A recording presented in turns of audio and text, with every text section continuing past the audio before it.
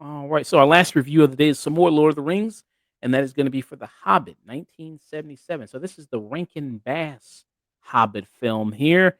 Yeah, this was kind of one of the early adaptations of Lord of the Rings, telling the story. So this movie that's only like an hour and 10 minutes there tells the whole story of the book of The Hobbit, as opposed to three full length feature films there they did there, that trilogy. Not Uh, just feature films, but bloated like 3 hours a piece, like overly long films. Overly long films. I mean, yeah. I mean, stretching that story out. And if you ever read The Hobbit, thin book. It's a thin Super book thin. there. And you It's even for when you were kids. watching The Hobbit, you even said like they basically did the whole climax of the first Hobbit film in the first 20 minutes of this film. Yeah. Oh Um, yeah, oh yeah. I timed it too. I was like, like 22 minutes. We're already past the entire first live action movie. yeah. So what's the story of the Hobbit film, in case you don't know? So you have this little Hobbit there, Bilbo, and he gets visited by an old friend, Gandalf, there, and basically is kind of tasked to get on an adventure with some Gandalf and some dwarves. They're dwarves who are looking to retake their home that has been taken over by Smaug, the dragon. And amongst that adventure, there, the Hobbit learns bravery, learns what an adventure is, gains the trust of these dwarves, and has tales to tell his future generations there of what happened there, of the legendary tales of Bilbo there. Yes, Sage, what are your thoughts on The Hobbit, 1977? Well, I'll tell you now, it is so far the best film adaptation of the book. Not that somebody couldn't do better someday, but like again, you made the comparison of just how big and long those the film trilogy was. This, yeah, it's an hour and 17. Like some of that's credits, but like I clocked it. It's an hour and 17 roughly minutes. And yeah, it does tell the whole story of the book. I don't know if you've ever read the book, but it's a very simple, thin. It's a children's book. It's a simple kind of classic treasure hunt fable, basically. Like there's not that much going on. Is there some exposition and like descriptive stuff that maybe isn't in this because you just see it, right? You don't have to have it described to you. But I'd say that the only thing that's really missing is just some of that. This does the whole story. You don't get to know the dwarves all that well. Like it's very clear in the book that this is the story of a single character. Everything else is just kind of a supporting background element to it. And yeah, I think this it gets a sense of whimsy and adventure. I think it's a good like young kids film. Like I think this is very digestible for like I mean, I probably saw this when I was like 3 the first time. This is I'd show this to like very young kids. It's very simple. It's very easy to understand. I think it captures the essence of the book perfectly. Yeah. And one thing about, like I said, not to keep going back to the live action Hobbit film here, but yeah, these things are very huge, very bloated here. You can watch tons of videos, people diving into the production of this film, why it was such a disaster. These three films. Lindsay Ellis, noted YouTuber, there, she did a great breakdown of these films, and that was the sexy dwarf right there. Hold on, let me pause on there. That was the sexy dwarf right there to the right Yeah. there, right there. So you had that. I mean, there's some kind of somewhat redeemable things. Like I like Martin Freeman as Bilbo. I think is good. Of course, you have Ian McKellen there as Gandalf, who's back. Even though he had a breakdown when he was filming this, because it was such a struggle there, because he wasn't acting against any of the actors. All the scenes he was in was all green screen, and then they just added him in later. So he never actually interacted with actually any real people there, which is obviously very unnormal, not normal to him given his history. Ian McKellen, I mean, Broadway theater legacy actor. I mean, he's that's just not the way he does things. That was kind of a big thing there. The Smaug scene I thought was also good. The Gollum scene was also very good there. which the animated film does a lot as well. They do a lot of the classic beats there from the book there. They do the Smaug scene, they do the Gollum scene, the riddle scene that's very classic in nature, and I think they handled that all very well. The Smog end. does kind of sound like an angry neighbor, just a little bit. Yeah, what did you think of the voice acting in here? Do you think the voice acting is aged kind of well a little bit? I mean, I think you could tell it's old and low budget. But again, I really look at this as like a story for really young kids. And so I think when you evaluate it in terms of like how would a kid watch it, I think it works. I think it works fine. Is it as good as it could be? Probably not, but I think it's still serviceable for what it is. And again, him sounding like an angry neighbor, it makes me laugh, so I still enjoy it. Let's hear a little bit of Smaug there, who was voiced by Benedict Cumberbatch in the movie. Well, thief, I smell you, feel your air, and I hear your breath. Come The I along. look echo like is good. Yeah. I Help. look like it looks like he's got flashlights for eyes, like he's got, like, It headlights does. for eyes there, like, he's, like, trying to It scan. totally does. Yourself, there's plenty and to spare. Oh, thank you. Oh, Smug the Magnificent. I did. So, yeah, you can tell I mean, the animation is dated. I mean, there's kinda a little low budget there for the time period it was in there. You kinda got that. That's a little limiting maybe there for a little bit for some people, that you kinda got there. But I didn't mind it too much. I don't think it's so distracting there. It's not so kinda low budget that you can't still kinda get into it and still like it there. And I So think for American animation at the time it came out, it's better than most of the stuff that, like, not Disney, but, you know, like some of the like the TV animation and a lot of the other low budget animation that was being released. I think it looks better than a lot of that stuff. and so supposedly this is Wikipedia at least. It says the budget on this was $3 million. Was the Hey, if it would have made its money back at the box office this weekend. Yeah, I mean, yeah, if it came out today, yeah, if it was or Hiram, yeah, it would have at least made some of its money back. So 3 million for this at the time. I mean, I'm trying to think of what that money would have been like if it was now today compared to them. But yeah, 3 million for this production there. Um, yeah. So you think this story really fully, faithfully really translates the book there in every sense of the word? I think it does. I mean, sure, is there some minor stuff? That's true. Um, Also, I did check it too. 3 million in 1977 is equivalent to 15 million right now. Okay. That's how much inflation there's been on that. But yeah, no, I think it does. I think it does the spirit of it. I mean, the book really doesn't have that much more going on. They might spend a little longer on some of these moments. There might be a few more lines of dialogue in some of these scenes. The biggest thing that's missing is like Tolkien is very descriptive and he'll go on and on about how things look, and like a lot of his writing is painting the picture of kind of your how to imagine what the characters are seeing. um, but I think, yeah, I mean, like I said, the book is a kid's book. It really is a children's short story almost. And I think this totally does justice to it. Mm. I read the book way back when I was a kid, and I read the Lord of the Rings books way back when I was a kid. So I had to go back and refresh my kind of memory on them. But you can read them. I mean, it's not that long book, the Hobbit. You can go back and read it pretty fairly No, it's quickly there. tiny. It's perfectly good introduction for kids into fantasy.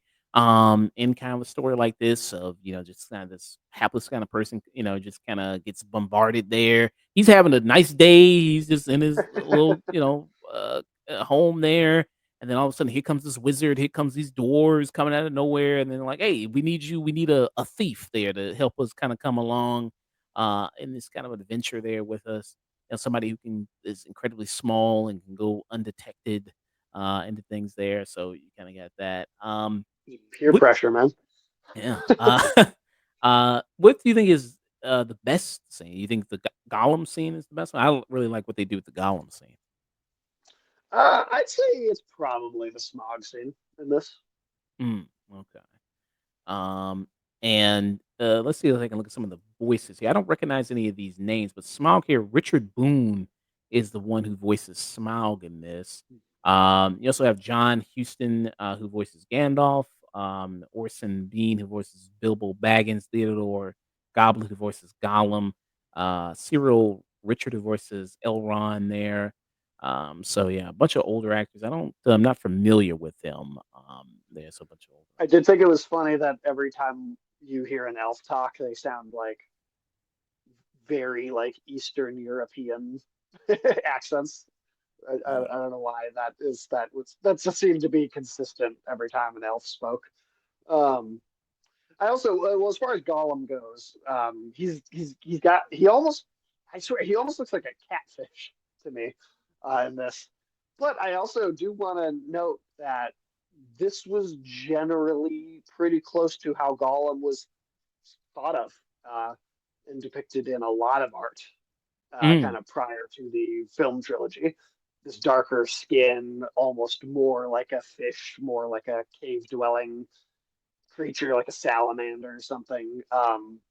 And the voice is, the voice of Gollum that is so iconic from those films is something that Andy Serkis really invented making those movies. Like that was a really original idea by him as an actor, rather than the director or the writers trying to kind of develop the way that Gollum sounded. And so the way he sounds here is kind of Oh, how he probably sound. I think this is kind of what people thought Gollum of sounding like for the most part. It was a lot less unique and kind of uniquely iconic and memorable, up until that film trilogy. Like that really kind of created something new with that character. Let's hear a little bit with Gollum. This is the infamous riddle scene that you kind of got here. oh, who are you? Precious, my precious, a tasty morsel, it would make us. What is it, my See, this Gollum doesn't even really precious? look like he was I am Mr. formerly Bilbo human. Baggins. I've lost You my know, He dwarves, my doesn't. He wizard, doesn't. and my way. Gollum, Gollum. Mind you, I'm armed with an elvish blade. That's better. Perhaps you know the way out? Yes, Gollum. But perhaps we sit here and chat with it a bit, my I precious. can see a little bit of what kind of Andy Serkis kind of took from this and kind of put into his performance there. But you said a lot of what he kind of did was very much what he added to it and very much of his own kind of thing. Yeah. Yeah, yeah. I mean, especially if you watch like the special features on the Lord of the Rings movies, it's so much of Gollum really came to life because of him. He did so many original choices, and the voice again was something he really developed on his own and with himself. And so that's hard to beat. You're never going to have something better than what Andy Serkis did. But going back and looking at that as like that's kind of how Gollum was depicted generally before these movies really made this character so memorable. Um, I think it's a pretty fair depiction of the character for what people thought of at the time as what that character was like. Mm. Mm. So what would be your final thoughts and rating for The Hobbit 1970? Yeah, I mean, I think this is still a fun movie to go back and watch. I mean, it certainly is dated in certain respects, and it can be limited. It's definitely low budget for even for its time, and it's a small project. But I think that's charming in its own way. I mean, it's all done by hand. It's clearly got a lot of love put into it. People that were fans of the material, um, and it maybe it goes through the material. Maybe it does go through it a little fast, but for the most part, I don't think it skips anything. It's pretty faithful to how simple a story the book is, um, and with how much of a, in my opinion, just complete waste of time the live action trilogy was. I think this is still the best way to experience The Hobbit outside of reading the book, which I mean, that's the book itself is better than this, I would say. But It's the best way you're going to absorb this unless you want to read it. So yeah, I give this a solid tune in. Mm, okay. Yeah. I mean, it's a little dated. I mean, it'd be in 1977 there, some of the animation, some of the voice work. But I think it does capture the spirit there that it has of the original material. And it's not overly bloated, 3 hour long part one to set up other parts there of it. So it doesn't have that kind of going for it there. But yeah, the scenes that do really well there of the small scene of the Gollum scene work really well, and that does really good. This kind of good adventure that you see here, the way it kind of plays out works really well. So yeah, it was this is my first time ever seeing this. I hadn't seen it before. Um, Oh wow, okay. yeah, so I had actually never seen this before there, and people can watch it's on Max. So people can watch it on Max. Better watch it before they take it off. So you can They get that. just the other day put the first Lord of the Rings animated film from the same team that they had made after this as well. That just went on HBO Max the other day. Okay, and how is that? Is that solid or?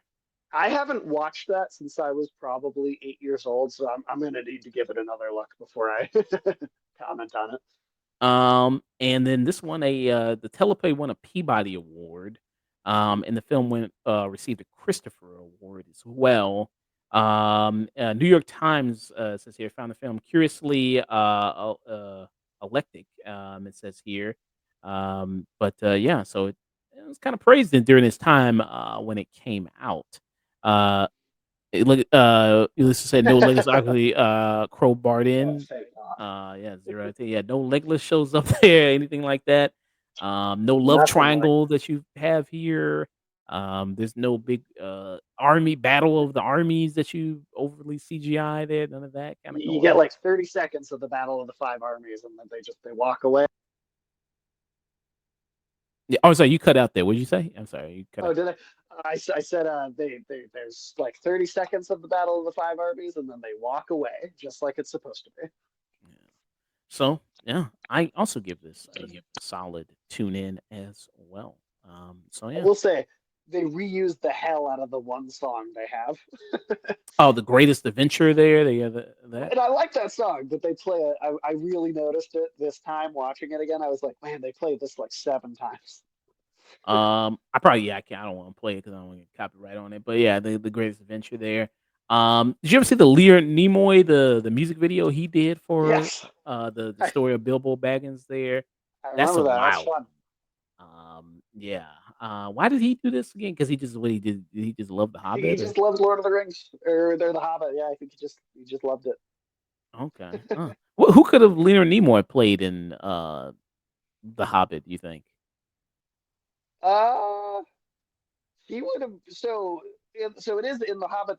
They are taken prisoner by elves. Um, it's a relatively brief sequence, and then they do escape by going down a river. That happens. Legolas isn't in it, but that part happens. You do see Thranduil, who I think Lee Pace played in the movies. That character is so Legolas's father. He is in the Hobbit book. Again, it's very brief. Leonard Nimoy would have been a good casting as that. I feel like he would have been an elf. I just you see him with pointy ears. You Yeah. Just because feel he like was that would have Spock. made sense. Just because he was Spock. Yeah, he could have been the good. He could have been a good elf. Yeah, I mean, it's a character that should have been in it for 10 minutes and then at the most in those movies. But Hmm. So yeah, Hobbit 1977. Those were our thoughts. Tune in for that.